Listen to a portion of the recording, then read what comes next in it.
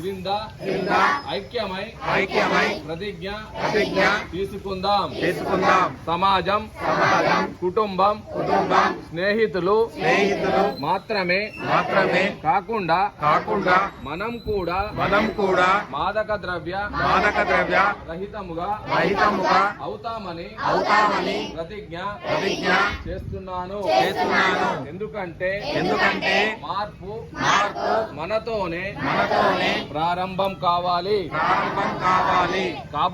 కాబట్టి మనమందరం కలిసి మన జగిత్యాల జిల్లాను మాదక ద్రవ్యాల